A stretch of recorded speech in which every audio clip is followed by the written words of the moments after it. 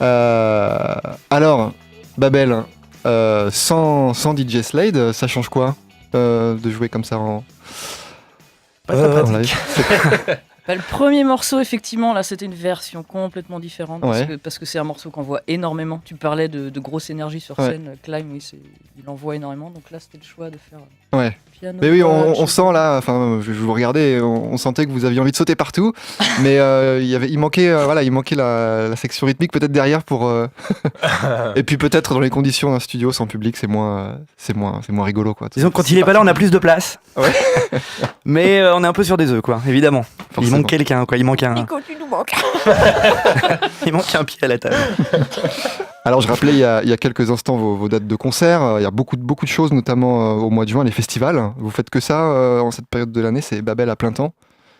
En ce moment, ouais, parce qu'on est déjà pris pas mal par le studio, puisqu'on prépare l'album. Et puis, on prépare aussi le show. Techniquement, il y a des choses qui bougent, puisque, comme je t'entendais le dire tout à l'heure, on a une première partie assez fat au mois de juin. On joue dans un stade avant les Vieilles Canailles. Donc là, ça nous oblige techniquement à changer des choses au niveau de nos retours. Donc, oui, on est vraiment dedans à fond, quoi. Ouais. Alors justement, il y a ces dates en particulier qui sortent du lot parce que vous jouez à des premières parties assez prestigieuses. Il y a eu Trio au mois de mars à Paris, et puis donc les Vieilles Canailles, donc c'est-à-dire Johnny Hallyday, Eddie Mitchell et Jacques Dutronc, pas moins, le 10 juin à Lille. Ça, c'est des dates importantes en termes d'exposition et ça se prépare spécifiquement, j'imagine. Ouais. Alors comment vous vivez ça? Comment vous avez vécu la première partie de Trio et puis comment vous préparez précisément la date à venir avec Johnny Hallyday? En fait, Eddie Trio, il y en a Mitchell. eu pas mal des premières parties. Ils nous ont pas mal emmenés avec Ils vous ont eux emmenés, en oui, tournée. On a commencé, je sais plus, au mois d'octobre ou de novembre. Ouais. Donc on a eu le temps de faire un bout de route avec eux et c'était excellent parce que en fait, ce qui est chouette avec eux, c'est qu'ils laissent leur première partie super libre. Donc on a eu un temps de concert normal et pas un temps très très réduit comme certaines premières parties. Et on était hyper confort sur scène, quoi. Donc ça, pour nous, c'était super. On avait à la fois le côté première partie où on joue devant un énorme public, etc. Et en même temps, le côté confortable, comme si on était en festival. Mhm. Et après, pour la suite, jouer dans un stade, ça va être particulier. Ouais. On n'y est jamais trop préparé, je pense. Là, le gros changement pour nous, ça va être de jouer sans retour et de jouer avec des oreillettes. Ah oui. Des ear monitors, on appelle ça. Mhm. Donc, on n'avait jamais fait ça encore, donc ça va être le dépucelage des ear monitors. Ouais. Ça déstabilise ça? Ouais. Ouais. Un peu comme là, de jouer avec un casque Ouais. en radio, en fait. Ouais, forcément. Alors, C'est un peu particulier. vous avez aussi tourné en Chine en 2016 et ça vous a donné l'occasion de publier des cartes postales vidéo sur cette expérience. C'était très sympa de regarder ça. Il y avait l'air d'avoir une ambiance sympa. Et puis, il y a un côté décalé, quoi. Chanson française devant le public chinois. Il y a même des extraits d'interviews à la télé chinoise. Enfin, il y a un côté un peu... ouais, c'est un peu décalé, je trouve. Comment ça s'est passé? Comment vous avez vécu cette expérience? La chose la plus décalée avec du recul, c'est que quand on est rentré, en fait, on a compris que la plupart du public ne parlait pas français. Enfin, on savait qu'il y avait des étudiants, etc. Mais voilà. Donc, en fait, ils n'ont pas du tout compris les textes. Mais alors, ils nous ont renvoyé quelque chose de fabuleux au niveau C'était énergie. chouette. C'était chouette pour nous de jouer uniquement avec l'énergie, avec le contact autre que par les mots, en fait. À part qu'on sait leur parler en anglais, mais il y a encore. Et un petit peu en chinois, mais l'accent, Ah, c'est chaud. Bah oui, c'est tout à ton honneur. Hein. Mais effectivement, les images montrent une énergie folle, quoi. Sur scène, c'est très, très, très. C'est une énergie très folle, mais le public nous emmenait tellement Ouais. que c'était comme une décharge électrique à chaque fois, quoi. Le public est complètement fou là-bas, quoi. Ouais. Enfin, nous, on l'a vécu comme ça, en tout cas. Ouais. Il y a pas mal de groupes, même de groupes pas forcément très, très connus, qui vont tourner en Chine ou en Corée, parce que c'est un peu le nouvel Eldorado. Ouais, mais parce qu'ils sont friands de culture et du coup de chansons françaises. Ouais. Et on peut avoir une pensée pour Mireille Mathieu, par exemple, qui a été l'ambassadrice de la chanson française en Chine. Grâce à elle, Vous lui devez tout, donc. ouais, on lui doit beaucoup, en tout cas. Mais la chanteuse la plus connue en Chine, c'est Sophie Marceau.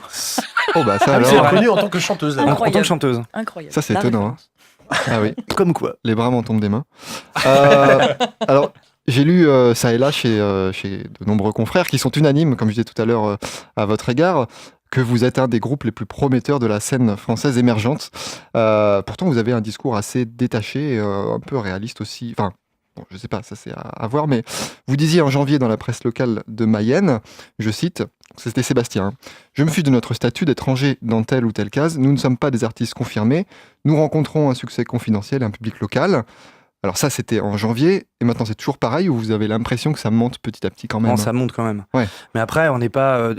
moi, je disais ça à l'époque parce qu'on n'est pas encore... on n'est pas médiatisé, tu vois, on passe pas sur des télés, notre clip passe pas sur W9 ou je sais pas quoi, ou on n'est pas en playlist sur telle ou telle radio nationale. Donc c'est pour ça que je disais qu'on avait un succès entre guillemets confidentiel. Après, ça veut tout rien dire, mais... Par contre, on est étonné de voir au fur et à mesure qu'on peut débarquer en festival dans une région dans laquelle on n'a jamais joué, par exemple, et d'avoir pas mal de gens qui connaissent les textes, qui connaissent les chansons, quoi. C'est ça. Et ça, c'est le plaisir. plus surprenant. Ça, c'est un truc assez surréaliste, en fait. Et puis d'être repéré pour faire des premières parties quand même comme celle des vieilles... Enfin, je veux dire, ça vient pas non plus innocemment, quoi. Je veux dire, c'est quelque chose... C'est une récompense un petit peu, ça montre aussi un cheminement...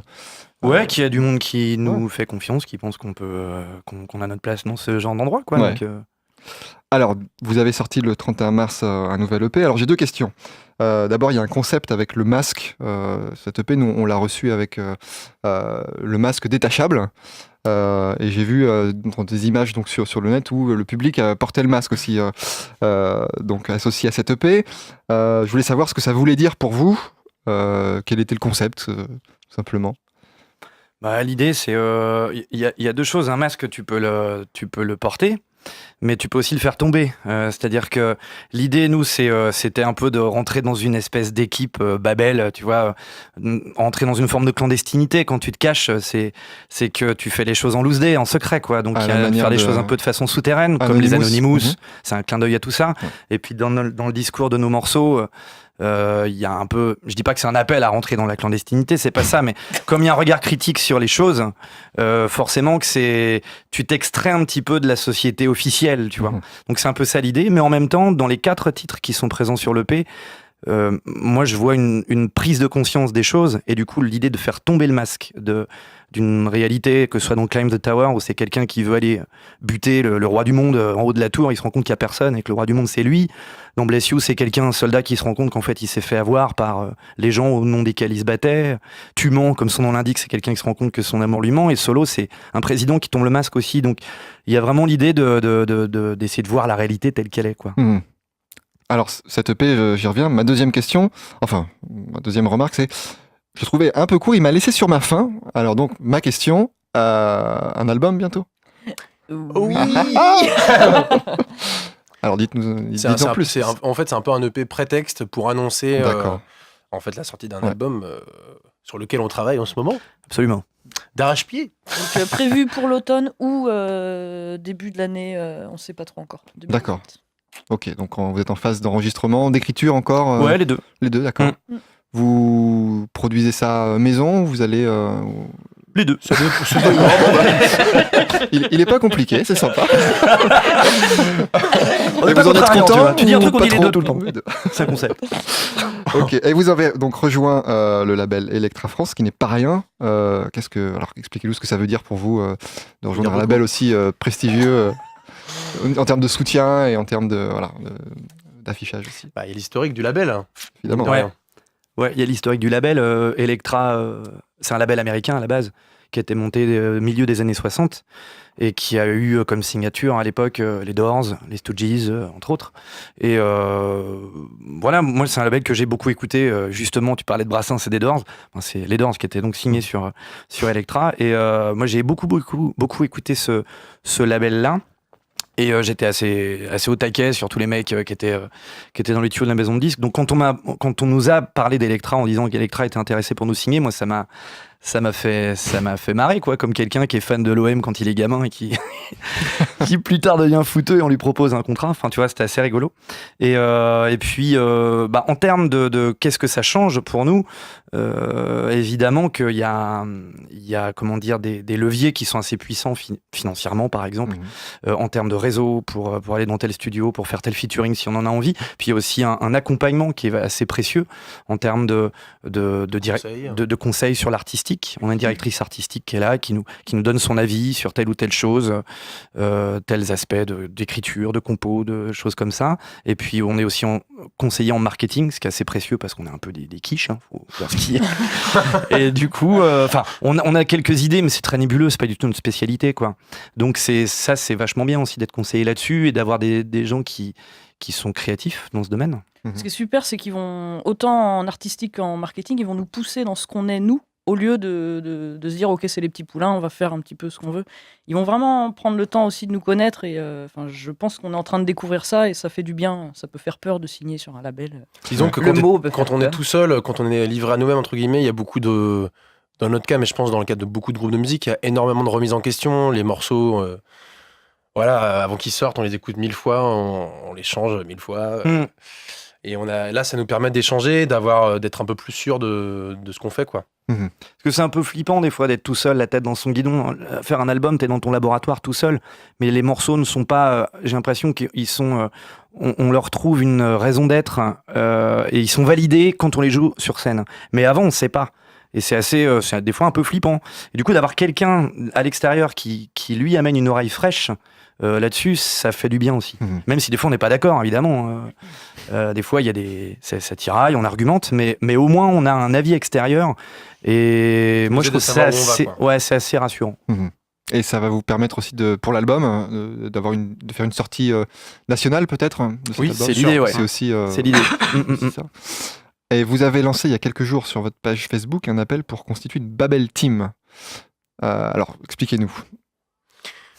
En quoi ça consiste et puis vous pouvez lancer l'appel aussi à la radio parce que... Rejoignez notre Babel Team. Voilà. C'est un truc assez nouveau pour nous. En fait, on s'est rendu compte que ça pouvait être intéressant d'avoir des gens qui fassent un peu de com, entre guillemets, sur les concerts là où on va jouer, là où on n'a pas forcément de réseau et là où le public ne connaît pas encore beaucoup. Et en fait, d'avoir entre guillemets des ambassadeurs, des chevaux de Troie. Et en fait, on était très étonnés en lançant en fait, cette idée-là sur Facebook. On s'attendait à rien en fait, mais on était très étonnés d'avoir énormément de retours et d'avoir beaucoup de gens très motivés et très force de proposition pour participer à ce truc-là, quoi. Puis de partout en plus. Ouais, puis il faut que ça soit un échange aussi. Enfin voilà, en rigolant, on dit c'est l'exploitation moderne et tout, mais non, il y a vraiment une notion d'échange déjà, de rencontrer. Pour nous, c'est touchant de savoir qu'il y a des gens qui nous soutiennent et on a besoin d'eux. C'est grâce à eux, de la base fan, comme on dit. Puis nous, l'idée, c'est qu'après, on échange avec eux, qu'ils aient évidemment des places gratuites. Il y a des contreparties. Bien sûr, carrément. Puis, voilà, oui, tout à fait. Donc voilà, l'appel est lancé aux auditeurs de Sun qui nous écoutent. Si vous voulez rejoindre la Babel Team, dirigez-vous tout de suite sur leur page Facebook et puis contactez-les, tout simplement. Écoutez, merci d'avoir été avec nous ce soir. Vous allez nous jouer un dernier morceau avant de partir. Oui. Alors ce morceau, c'est toujours pareil, il est sur le dernier EP sorti, il s'appelle Tu mens, tu en as dit quelques mots tout à l'heure. Donc on va se quitter là-dessus. Je vous souhaite une bonne continuation. Merci. À très bientôt. Salut. Rejoignez vos instruments.